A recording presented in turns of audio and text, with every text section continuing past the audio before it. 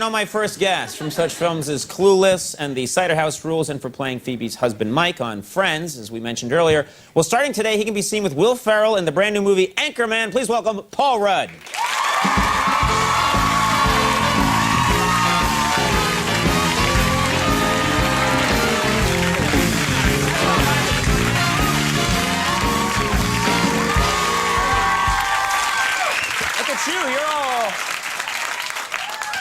You're all dressed up. You look nice. Thanks. Thank you.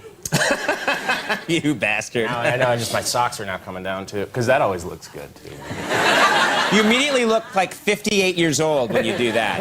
And you have a blue vein going down the leg. And a metal detector. It's all it's all not good. Yeah. Right. No, okay, stop adjusting things. It's going too far. Yeah. All right, there you go. You comfortable now? You all right? Not so much. Okay. All You'll right. be fine soon. Thank you for being here. Thank you for having me. A lot of people excited about this this Anchorman movie, of course. It's a funny movie. A lot of funny people in it. And you have an impressive mustache, I have to say, in this movie. This gentleman, you grew this mustache? This was not fake? It's all real. No wigs, no fake. And I started growing the mustache about... there it is. The reason I bring this up is I can't do that. All right? I have hair on my body. I know you want to know, and now you know. But on my face, I have patches where I can grow columns of hair, like a column here and weirdly a column here. The mustache area, not so good. There's nothing going on up there. So you grew a nice stash. Literally, I think it was the day after my bar mitzvah, full beard. It just happened overnight, and I just started. I was able to I need a bar mitzvah, clearly. Yeah. Yeah. I've been able to grow mustaches and beards for a long time, and I like doing it. Okay. What kind of reactions do people treat you differently when you have the mustache? They do. When I was working on Anchorman, there was one time where I ran into an elevator and I was kind of sweaty.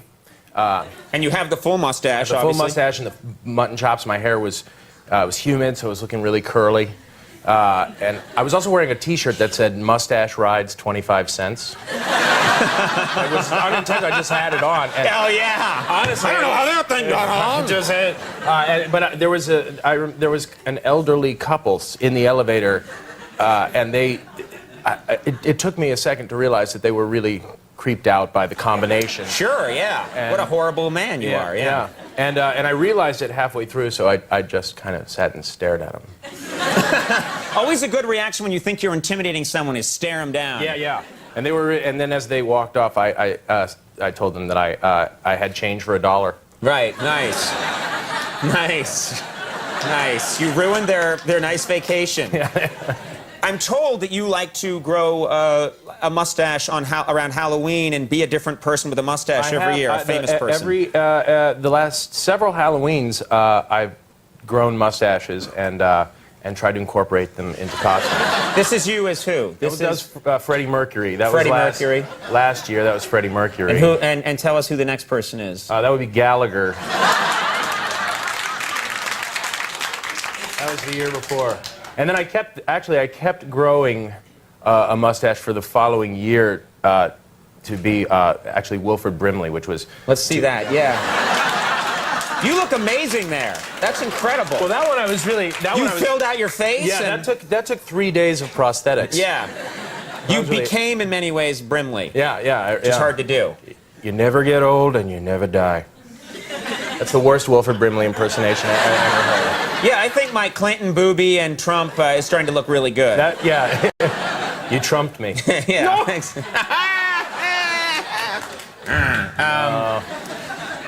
This is... a lot of people say when they make a movie, you're drinking for too long and it's weird.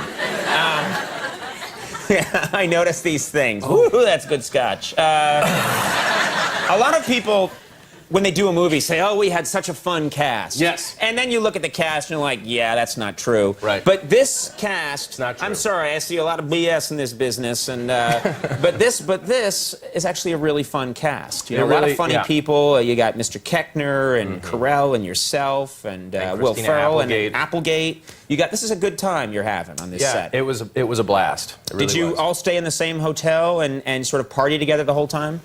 No, actually, they all live in California, so I stayed in a hotel, but they didn't. But I did. There were some friends of mine that were staying in the hotel at the same time. Funny story. What a coincidence. It's amazing. We're on a talk show. That led into. And it's almost as if it were here. And, you know. But it couldn't be like that. And I probably shouldn't We didn't say talk beforehand. The jury's still out, actually, on how funny it is. So I won't say for sure that it's funny. Never but, good to say up front, boy, have I got a hilarious story for you. Seriously, this will blow you away. Love the confidence. Great. But I was staying in this hotel, and a friend of mine was staying in the hotel as well. And it was about 2 in the morning, and I was just kind of watching TV. I couldn't really sleep, and I looked over, and the message light on my phone was flashing. So I thought, that's weird. It wasn't flashing 5 minutes ago. Someone's just left me a message. Maybe it's my friend. Mm-hmm. And I checked, and it was a buddy of mine. He's like, hey man, look, I didn't want to wake you up, but if you're awake, come on up to room 55. There's a party. There's a bunch of our friends that are here. It's really fun. You know, I just think you'd have a really good time. Mm-hmm. So I hung up. That's 2 in the morning. All right. So I got up and I got dressed and I went up there and this music's playing really loud and I'm just banging on the door saying, open up, security, open up. Right. And all of a sudden the music went down. So, oh, it is pretty loud. I could hear it on the other side. People mumbling and... Yeah. And they said, we'll turn it down. I said, open the door now. We've had many complaints. I started being like a real jerk. Right. And then I just heard from behind the door, I don't know, he has curly hair and glasses. Open the door. It just started screaming. And then finally, after about 3 minutes, the door opened. And it was Val Kilmer. What? Yeah, it was his room. I don't know Val. I've never met Val. You don't know the guy? No, never. And I was like, hey, yeah, my friend Sam said that he was up here. He's like, well, come on in. And, oh, God. And there was nobody there. Oh. Except it was like him and like a friend of his. 2 people. So your friend playing a nice mean joke totally on you. Screwed So what do you say to Val Kilmer then? Well, that was weird. He said maybe he's out on the deck because there was like a little outdoor. So I walked out. There was no one out there. Yeah. And so then I walked out. I was like, kind of walk, and it was so awkward that I should have obviously just said I'm sorry and left. But it was just me and Val Kilmer. So I was like, so how's it going, man? That's the best part. It's just like. He's like, pretty good. How's it going with you? Yeah, good. All right, we'll see you later. Yeah. So, wow, that is bad. I would die inside a little bit. Now, we have a clip here from Anchorman. Okay. Anything we need to know about this? You play, of course, I play Brian Fantana, coworker. the field reporter, who thinks he's pretty cool with the ladies and has a fairly extensive cologne collection, and I think this is of course in the 1970s. Right, when cologne was just all the rage. Yeah, and I think I'm getting ready to hit on Veronica Corningstone, played by Christina Applegate. Let's take a look at this clip from Anchorman.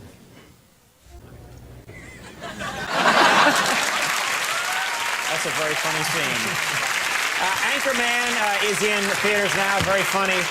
Paul Rudd, thanks so much. It's always hilarious when you're here. It's a good guest. Lars Ulrich, Metallica, coming up. We'll take a break. We'll be right back.